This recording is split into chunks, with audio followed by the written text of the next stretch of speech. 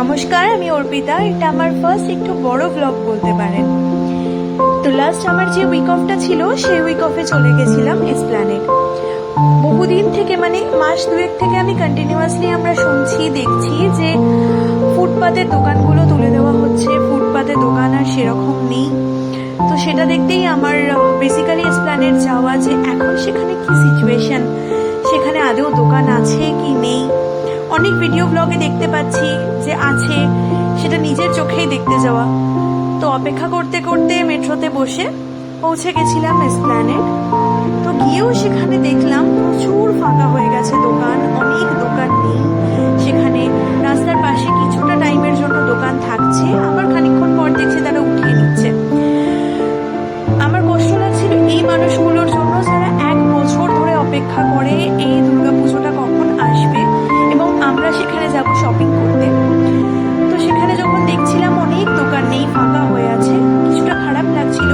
চেষ্টা করেছি তাদের কাছ থেকে কেনার এবং তাদেরকে সাপোর্ট করতেই বলতে পারেন। আমি অনেকটা কেনার চেষ্টা করেছি এবং আমিও আপনাদেরকেও বলবো যে চেষ্টা করুন তাদের কাছ থেকে কেনার, যাদের দোকানগুলো প্রায় নেই এবং কিছু সময়ের জন্য থাকছে আবার উঠিয়ে দিচ্ছে। আপনারা নিজেরাও আমার এই ভিডিওটা দেখে বুঝতে পারছেন কতটা ফাঁকা। তো নিউ মার্কেটে ঢুকে আমি একটা দোকানে গেছিলাম। এই দোকানটার ভিডিও করার একটাই মাত্র কারণ, এখানে ওনারের ব্যবহারটা আমার এতটাই ভালো লেগেছে যে সে আমাকে ফোর্সফুল কিছু করছিল না যে আপনি এটা নিতেই হবে, যেমন একটা ব্যবহার থাকে না কিছু কিছু দোকানদারের ক্ষেত্রে। ভীষণ ভালো। এবং আমার মায়ের একটা শাড়ি কিনবো বলে আমি ফার্স্টে গিয়ে বলছিলাম ওখানে দোকানটা কোথায়, ইনি আমাকে সেটাও হেল্প করে। তারপর আমি একটা সালোয়ার স্যুটও এখান থেকে নিয়েছিলাম।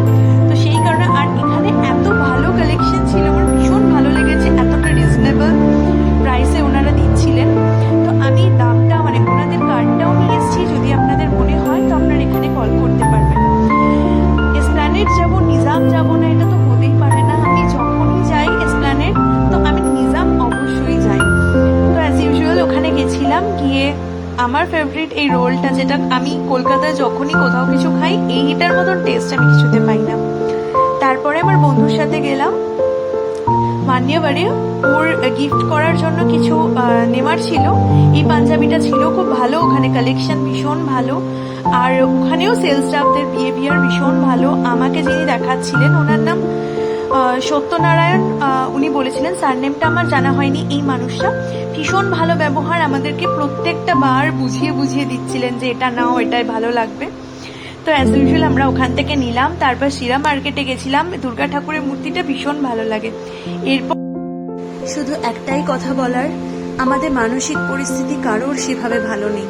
শুধু চেষ্টা করুন সেই মানুষগুলোর মুখে হাসি ফোটানোর যারা 1 বছর ধরে অপেক্ষা করে দুর্গাপুজোটার জন্য, যেখানে তাদের বিক্রি বাটা একটু ভালো হবে এবং তারা তাদের বাড়ির লোকের মুখে হাসি ফোটাতে পারবে। ভালো থাকবেন সবাই।